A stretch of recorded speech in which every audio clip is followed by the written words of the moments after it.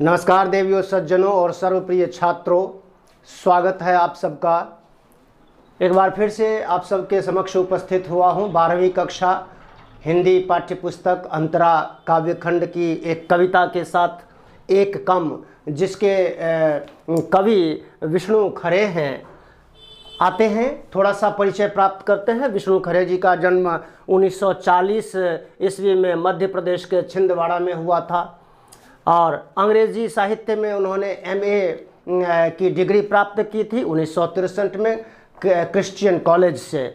उसके बाद नवभारत, नभाटा लिखा है, नवभारत टाइम्स सहित और इंदौर समाचार पत्र के और तमाम समाचार पत्रों के संपादन का कार्य उन्होंने किया।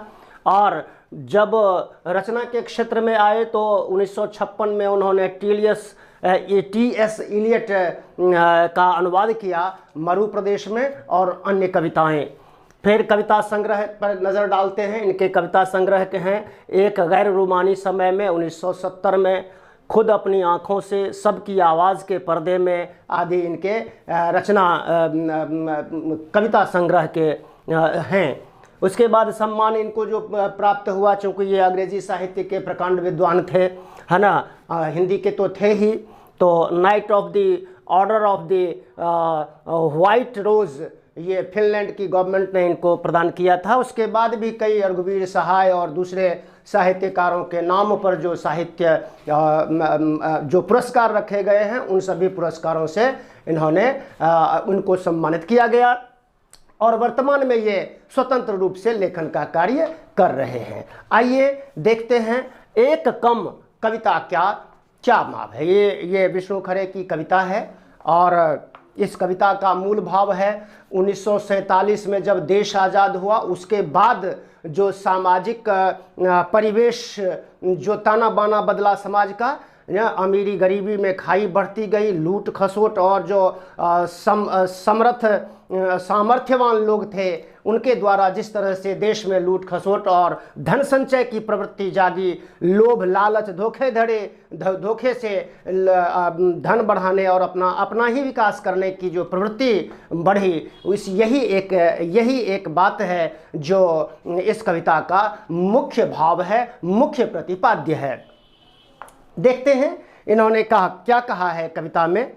1947 के बाद से इतने लोगों को इतने तरीकों से आत्मनिर्भर, मालामाल और गतिशील होते देखा है कि अब जब आगे कोई हाथ फैलाता है 25 पैसे एक चाय या 2 रोटी के लिए, तो जान लेता हूँ मेरे सामने एक ईमानदार आदमी, औरत या बच्चा खड़ा है। मानता हुआ कि हाँ मैं लाचार हूँ, कंगाल या कोढ़ी, या मैं भला चंगा हूँ और कामचोर और एक मामूली धोखेबाज, लेकिन पूरी तरह तुम्हारे संकोच, लज्जा, परेशानी या गुस्से पर आश्रित, तुम्हारे सामने बिल्कुल नंगा, निर्लज्ज और निराकांक्षी। मैंने अपने को हटा लिया है हर होड़ से, मैं तुम्हारा विरोधी, प्रतिद्वंद्वी या हिस्सेदार नहीं। मुझे कुछ देकर या न देकर भी तुम कम से कम एक आदमी से तो निश्चिंत रह सकते हो। 1900 व्याख्या कुछ इस तरह से करेंगे इसकी। 1947 के बाद स्वतंत्रता सेनानियों ने जो देश के लिए जो हसरतें पाली थीं, देश के विकास के लिए, देश की गरीबी, अशिक्षा, बेरोजगारी और तमाम कुरीतियों के बारे में जो उन्होंने हसरतें पाली थीं कि सब खत्म हो जाएंगे और देश खुशहाल हो जाएगा, वह हुआ नहीं। कुछ लोगों ने अपनी ताकत का इस्तेमाल करके, धोखे का इस्तेमाल करके, छल प्रपंच से बहुत धनी हो गए और कुछ जो जब लेखक कवि के सामने कोई भीख मांगने के लिए आता है 2 वक्त की 2 रोटी के लिए या एक चाय के लिए, 25 पैसे के लिए, 8 आने 1 रुपए के लिए, तो वो कवि समझता है कि यह निश्चित रूप से कोई ईमानदार व्यक्ति है। फिर कभी अपने आप को ही दोषी भी देता है, अपना उदाहरण दे करके कि मैं धोखेबाज हूँ, मैं कामचोर हूँ, मैं कोढ़ी हूँ, या मैं बिल्कुल निकम्मा हूँ आदि बातें कह करके ये भी जताया है कि कुछ लोग ऐसे भी हैं जो भीख मांगते हैं, भीख मांग करके और भी बुराइयां करते हैं भीख के पैसे से। और मैंने भाइयों बहनों और छात्रों अपनी आंखों से हरिद्वार नगर में देखा है कि दिन भर तो बाबा बन करके या कुछ और साधु सन्यासी बन करके पैसा मांगते हैं और रात्रि काल में मदिरा का सेवन करते हैं, उन्मत्तता का वातावरण पैदा करते हैं। और इस तरह से तो ये भी एक तरह का छल है, धोखा है, प्रपंच है। इस धोखे और प्रपंच से कवि खुद को ये कहता है कि जो ईमानदार आदमी है उसके प्रति वो सहानुभूति व्यक्त करता है और खुद को ये मानता है कि मैं कम से कम इसमें दोषी नहीं बन सकता, मैं किसी के लिए कोई मदद नहीं कर सकता।